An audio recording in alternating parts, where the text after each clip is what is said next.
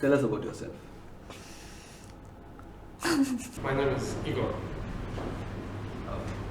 So I'm from Vietnam. My name is Mi. I'm from Vietnam, and I have been living in Helsinki, Finland for 8 years. Erica, I'm originally from the Philippines and I lived in Manila for the most of my life. What was your first impression when you came to Finland? Yeah, for me the first impression, my trip to Finland was from the Tallinn. I took the boat, took the ferry, and I saw like a lot of people. Most of them was Finnish. They took alcohol, from the Tallinn, and I was surprising. Like, why they do that? Why they come Estonia? It's only one purpose to come Estonia, took alcohol, and for me it was really I don't understand why do people do this. But then I came in Helsinki, and I came to the normal shop, and I saw the real price for alcohol, and I feel compared. Now I get it why the Finnish people, they're so smart. They want to save some money, and that's the reason why they come to the town. Took some stuff, cheap one. I came as a student, so I came to Finland. Everybody asks, why did you end up here? And my story is always definitely because of the cuisine. I love potato. No, I'm joking. So,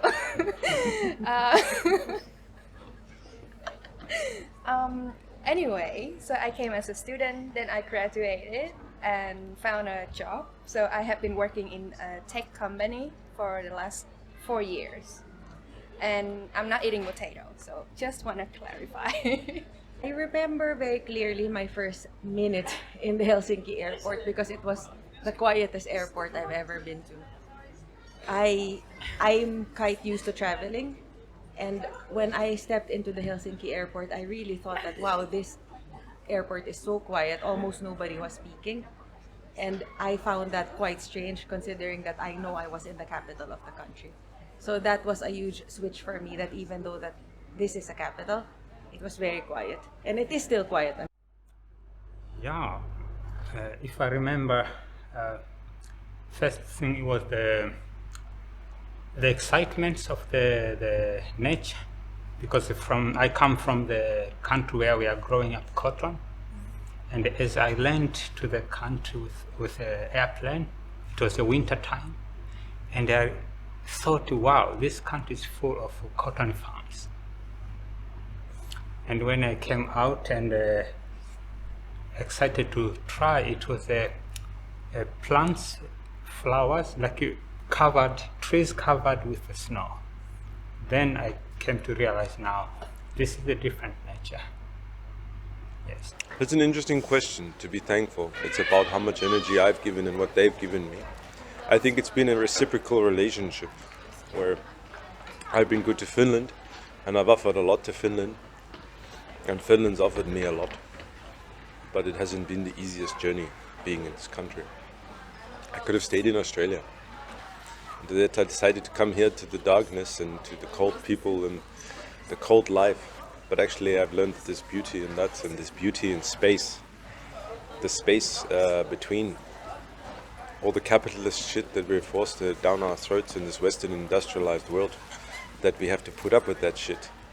And that people are just living in a consensus reality where they basically think that this is the real world. The real world is nature, and I'm very thankful to Finland for providing that appreciation that I've learned now in Finland.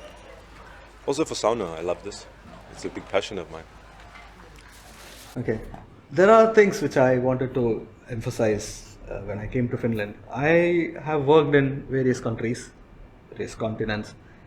But when I came to Finland, the first thing I recognized is there is a world view and there is a Finnish view here, which is something, somewhere it is complementing each other, sometimes it is totally away. So these are my experiences. One time what happened, I came to Finland, and that time it was August, not too much summer and not too much cold according to Finland. And for me it is really cold because I was wearing my jacket my family is also wearing jackets and things like that. And went for a walk on a nearby tunnel near Odi. When we were all walking, that was certain things amazed me. That is, we are feeling cold, and there are people who are with only shorts, no shirt or anything, playing tennis on the road. That is where I could actually sense what is a cold mean to a person born and brought up here in Finland, somebody coming from India. So that drastic change happened in the first week of Finland when I came to Finland. So that's something which I will never forget, and that experience, somebody has to feel it. Here to Helsinki on ystävänpäivä, so like Valentine's. Wow. Yeah, that's why it's very easy to remember. I thought everywhere in Europe is the same, castle and stuff. Then I came to Basila, so it's like super gray. There's not even tripla there, just concrete. And I was like, what the heck is this? So then the next day, my friend took me, okay, you want to see Europe? I will take you to Tallinn. So yeah, my first 24 hours in Helsinki would be like disappointment, and then Tallinn. Then after that, we came back from Tallinn. Then we took a stroll across the Aleksanterin Katu, the fancy one. And I was like, oh, hell yeah, this is what I came here for. More I almost forgot to tell. I was seeking to find the similarities between my country and Finland. And when I say similarities, I want to say on the north part of my country, what similar can I find on north part of Finland? And on south part, and so on. Then during that searching, I found three very interesting things. One, it was that in Tanzania, we have this, in Serengeti National Park, the greatest animal migration.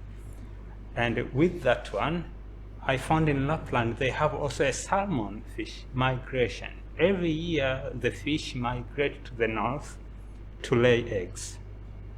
And when that time is over, the small fish will start to go down to the sea and other things. Another thing is that we have the Sami people in Lapland, and we have the Maasai people in the northern part of Tanzania.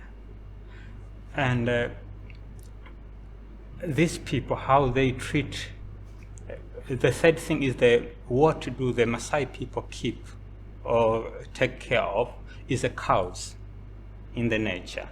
And in Lapland, it is the reindeers on the nature. So I found a great connection between Tanzania and Finland, not in a perspective of culture or language, but the nature language connection. Helsinki. I remember landing here and it was quite cold and grey, and of course there was some snow. It was March. It was maybe -8, and of course the person who I knew, one lady I knew from Australia already, and we had kind of been seeing each other a little bit. She picked me up from the airport. I remember I had very big bags. I had all my kite surfing shit with me, blah blah blah.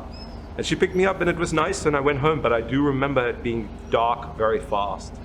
And so that took me a while to get used to, because I hadn't been taking vitamin D. Even though I'd just come from Australia, I didn't realize that you still needed to have vitamin D. So that really affects you when you don't take vitamin D in a place like Finland. Then you feel really down and you feel really sleepy, and it's almost like you're stuck in this darkness, the sticky darkness, and you can't get out of it. And that was one thing that came as a difficulty to me, but also an adventure. And another thing I remember as my first month here was I'm a kite surfer by nature, so I have a big kite and I attach myself with strings and a board on my feet.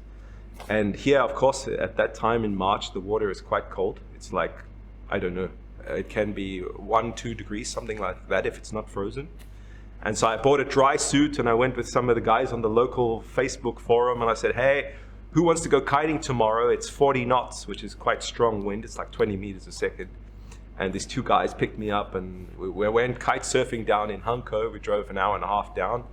and I had everything on. I had the wetsuit, I had the dry suit, I had the rubbers, but I loved it because I was that feeling of feeling alive when you're in the elements and you're in nature and you're connected. So it's that feeling of cold, wind, air, and then controlling a kite and doing jumps, and also the element of danger. It's one thing that I remember in Finland coming here. But then also the beauty of Lapland and the light.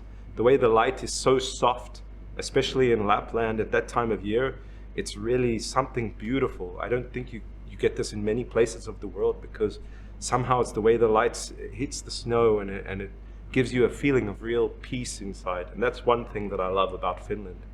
It's also another thing that is challenging for me, because I'm used to walking around the streets and speaking to different people and having interactions. And I find that a bit difficult sometimes, and it's just because of the nature of Finnish people. It's so quiet here. It's so easy to really get deep into your thoughts and really find out how your brain works, or what really feels aligned or right to your soul, because not a lot of things are happening, and yeah, it's just so quiet and mellow, and I took it as an opportunity to evaluate the direction that I'm going on with my life.